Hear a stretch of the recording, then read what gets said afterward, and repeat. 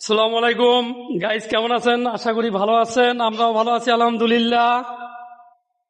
এই দেখেন, আমরা এখন একটা ভিডিও করতে আছি।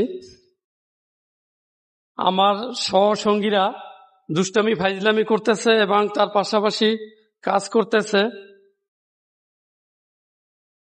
ক্যাটারিং এর জন্য পেঁয়াজ চলতেছে। মোহাম্মদ মোর্শেদ ভাই, হ্যালো মোহাম্মদ মোর্শেদ ভাই, কিছু বলেন। Thank you, nice to meet you. পেঁয়াজ চলতে আপনার কাছে কেমন লাগে? খুব মজা লাগে, কিন্তু মাঝে মধ্যে পেঁয়াজে কান্দে।